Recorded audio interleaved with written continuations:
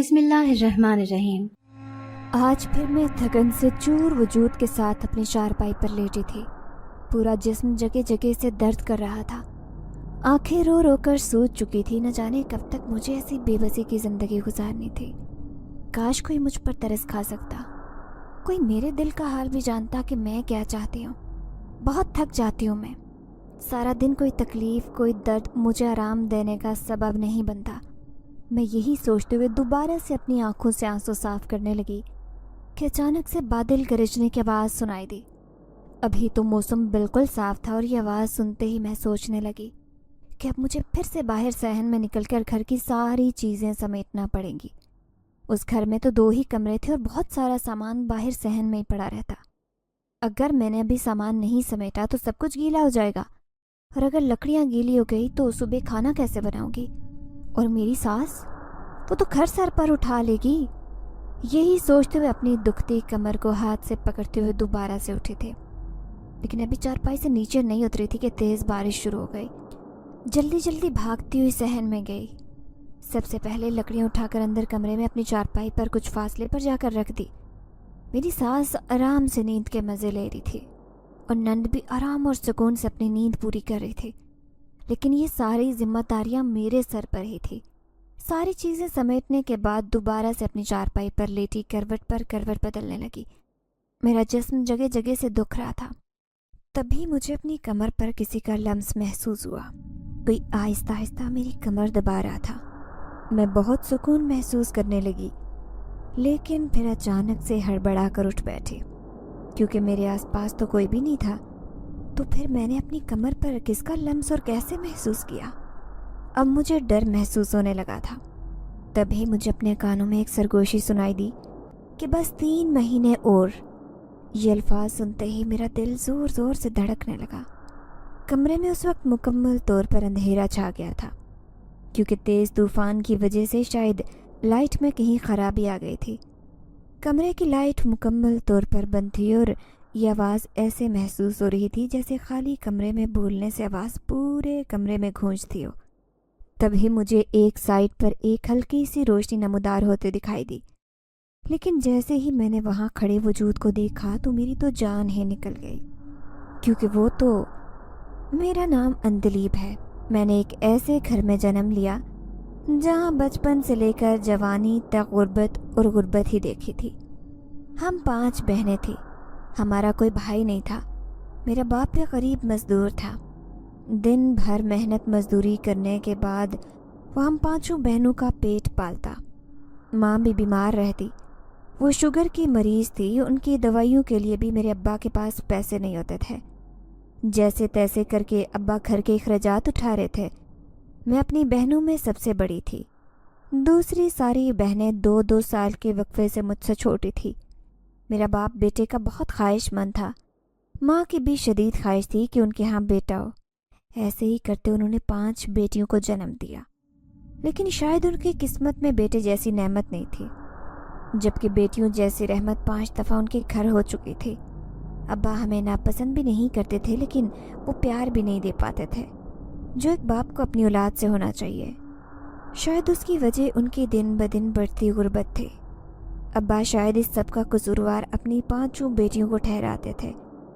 جیسے ہی میں 15 سال کی ہوئی، ابا کو میری شادی کی فکر کھانے لگی۔ ان کا کہنا تھا کہ کہیں اچھی جگہ دیکھ کر اس کی شادی کر دیتے ہیں، کیونکہ اس کے بعد بھی ہماری 4 بیٹیاں ہیں، نہ جانے 2 دن کی زندگی ہے یا نہیں۔ اگر ہم دونوں آنکھیں بند کر گئے تو کون ان کا سہارا بنے گا؟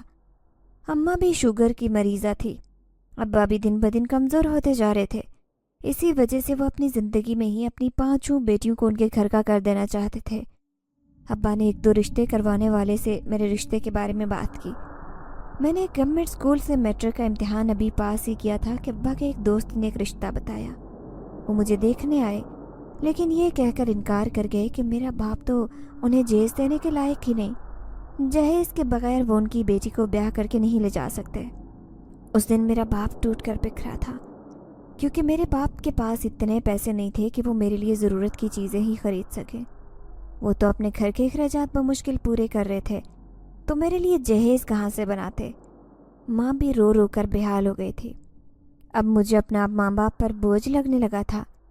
پھر ایسے ہی وقتاً فقداً بہت سارے رشتے آئے، لیکن وہ یہی کہہ کر انکار کر جاتے کہ جہیز ہوگا تو آپ کی بیٹی کو بیاہ کر کے لے جائیں گے۔ ابا کو اب بہت زیادہ فکر ہونے لگی تھی، کیونکہ ان کا کہنا تھا کہ ان کی ایک بیٹی کی شادی نہیں ہو رہی تو وہ 5 بیٹیوں کے فرض سے کیسے فارغ ہوں گے۔ ایک دن ابا کی ایک دور کی خالہ ہمارے گھر آئی۔ انہوں نے ابا کو ایک رشتہ بتایا اور بولی کہ دیکھ رشید، تیری بیٹی کو کوئی امیر زادہ تو بیاہ کر کے نہیں لے جائے گا، تو جانتا ہے تیری اوقات کتنی ہے، آج کل لوگ جہیز دیکھتے ہیں۔ تبھی ابا بولے، میں نے اپنی بیٹی کو ہر ہنر سکھایا ہے، کیا جہیز ہی سب کے لیے ضروری ہے؟ ابا کی خالہ نے جواب دیا، ہاں، جہیز کے بغیر تیری بیٹی کو کوئی نہیں بیاہ کر کے لے جائے گا۔ میرے پاس ایک رشتہ ہے، میری مانو تو چپ کر کے وہاں اپنی بیٹی کی شادی کر دو۔ اکیلا بیٹا ہے، بس ایک یہی نقص ہے کہ اس کی پہلی شادی ہو چکی ہے اور اس کی اولاد نہیں ہے۔ وہ اولاد کے لیے شادی کرنا چاہتا ہے، اس کی بیوی کو بھی اس کی شادی پر کوئی اعتراض نہیں۔ تم دیکھ لینا، بہت خوش رہے گی تمہاری بیٹی۔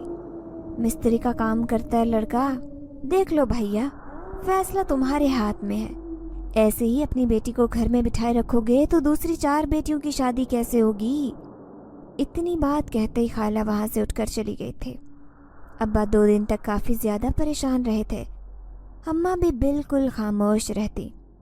تبھی ابا نے اماں سے بات کی کہ کیا کہتی ہو، کیا ہمیں خالہ کی بات مان کر اپنی اندلیب کی شادی وہاں کر دینی چاہیے؟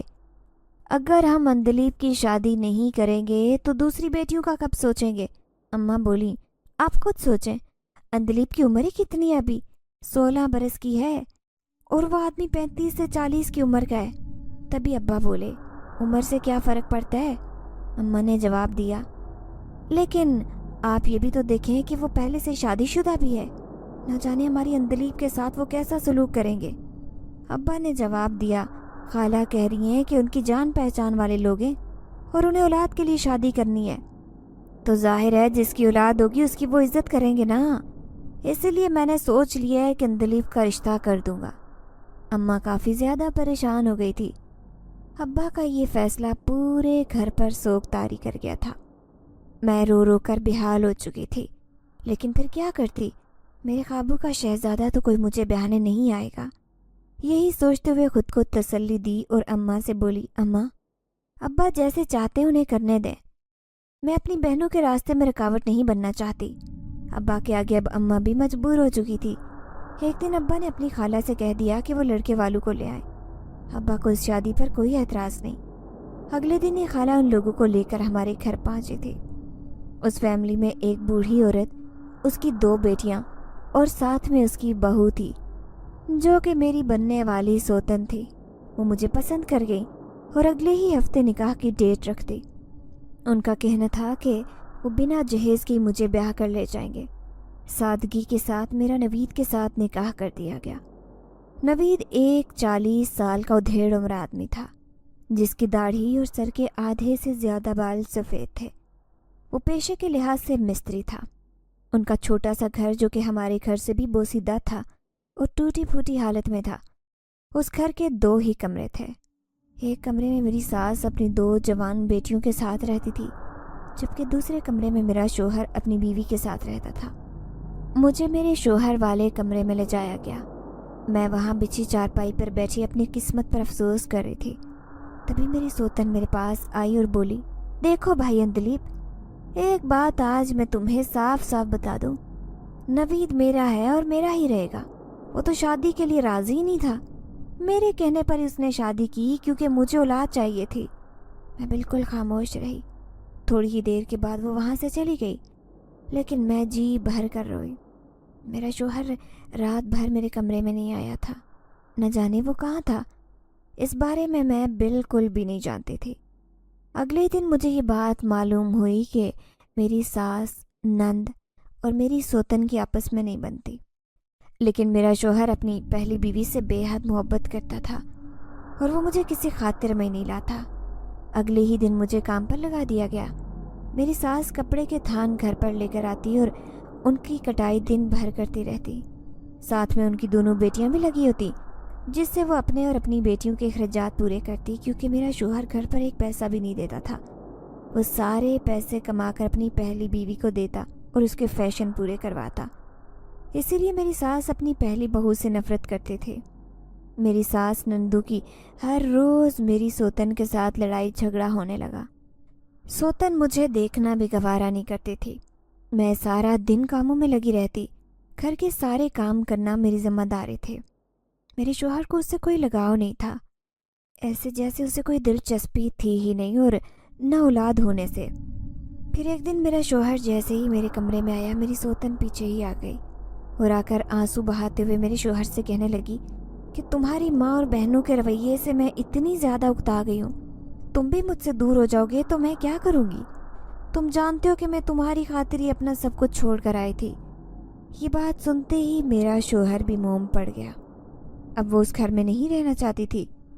اگلے ہی دن میرے شوہر نے رینٹ پر کسی دوسرے شہر میں گھر لے لیا اور وہ اپنی بیوی کو ساتھ لے کر وہاں شفٹ ہو گیا۔